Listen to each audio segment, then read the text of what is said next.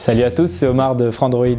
Aujourd'hui, on va s'intéresser à un smartphone qui a été suivi de près par notre communauté, ici à Frandroid, mais aussi par les utilisateurs en général. On va parler du Samsung Galaxy A8 2018. Et on va évidemment se demander si ce smartphone il mérite toute l'attention qu'il a su capter. C'est parti. Esthétiquement parlant, ce smartphone il se démarque vraiment beaucoup des autres appareils de la famille Galaxy A.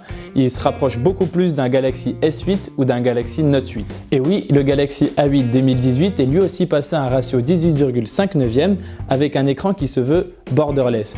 Quoique Samsung parle officiellement d'écran panoramique, mais bon, ça c'est plus pour votre culture générale. Avec toutes ces transformations, quand on regarde le téléphone de loin, on pourrait presque le confondre avec un Galaxy S8, mais il y a quand même pas mal de détails qui permettent de le différencier facilement. Le plus flagrant, c'est au niveau des contours d'écran, à gauche et à droite, mais aussi en haut et en bas. Ça ne défigure jamais le téléphone, mais c'est impossible de ne pas le remarquer. L'autre point à observer sur l'écran, c'est qu'il est totalement plat, alors que les vrais hauts de gamme de Samsung ont un écran incurvé. Sur la face avant, le dernier élément qu'il faut remarquer, c'est la présence d'un double appareil photo en haut à droite. C'est la première fois qu'il a ce genre de module en façade d'un smartphone Samsung. On passe au dos maintenant.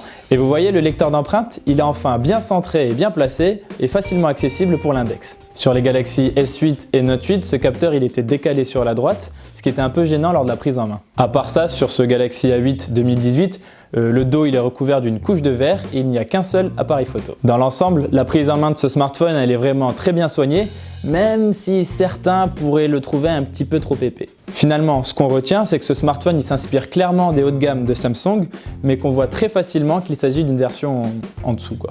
En dessous. On n'en a quand même pas, mais en dessous.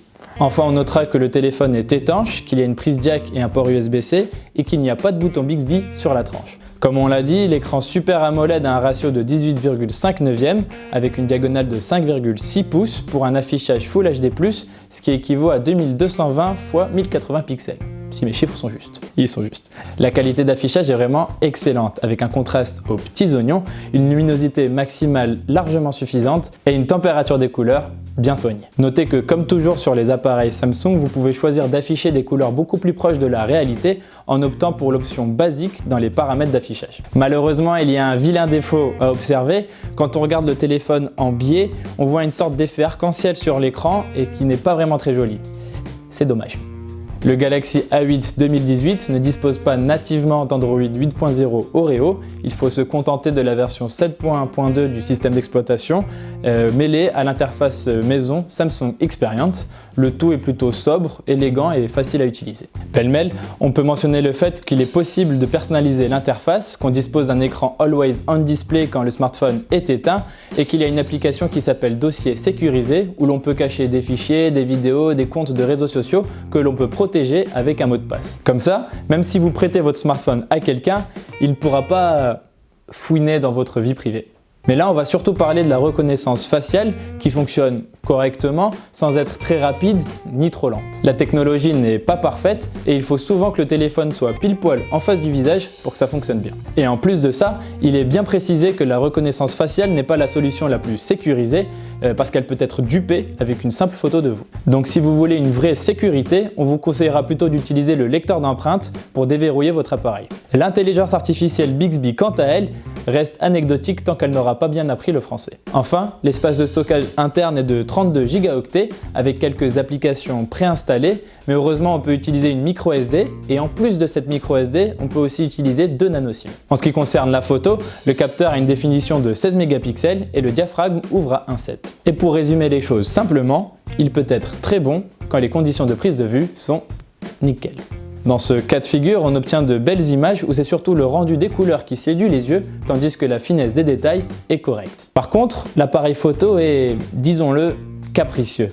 Dès qu'on doit composer avec une faible luminosité ou avec une scène ou éclairée de manière complexe, le capteur a tout de suite beaucoup trop de difficultés. Les traits sont plus grossiers, plus empâtés et globalement on obtient très rapidement une photo floue et trop lissée. Il est d'ailleurs très difficile de faire la mise au point sur un objet mal éclairé quand on est assez rapproché. Pourtant, quand les conditions sont clémentes, le téléphone offre de jolis effets bokeh. Pour les selfies, il faut compter sur un appareil photo de 16 et 8 mégapixels qui permet de créer du flou derrière soi et de jouer avec avant ou après la prise de vue. C'est complètement gadget, mais la qualité est correcte et ça permet de bien faire ressortir son visage sur les photos. On peut aussi changer d'objectif pour varier les focales, mais la différence elle n'est pas frappante. Et on notera aussi Bixby Vision, une intelligence artificielle présente dans l'appareil photo qui sait reconnaître les objets sur une image et lancer une recherche sur les sites d'e-commerce pour que vous puissiez acheter le produit. À l'intérieur du téléphone, on trouve une puce Exynos 7885 supportée par 4 Go de RAM. Cette configuration, elle tient vraiment bien la route pour la grande majorité des usages. La navigation, elle est toujours fluide et satisfaisante, même quand on ouvre une flopée d'applications. Sur les jeux les plus gourmands, on peut atteindre un nombre d'images par seconde assez élevé, mais il faut quand même savoir que le Galaxy A8, il ne sait pas tenir du bon 60 fps sur la longue durée. Et de temps en temps, il y a quand même quelques ralentissements par-ci par-là. Sur des MMO qui exploitent beaucoup le CPU, on sent que le smartphone galère un peu et il faut vraiment éviter de pousser les paramètres à fond dans ces cas-là. À ce niveau-là, on sent vraiment une grosse différence par rapport aux puces haut de gamme comme le Snapdragon 835 par exemple. On peut vraiment parler d'un fossé en termes de performance. En ce qui concerne l'autonomie, le Galaxy A8 2018 est vraiment excellent. Il peut tenir très longtemps grâce à sa batterie de 3000 mAh. Il n'y a pas besoin de le recharger systématiquement tous les soirs et en étant un tout petit peu modéré, on peut facilement tenir 2 journées complètes.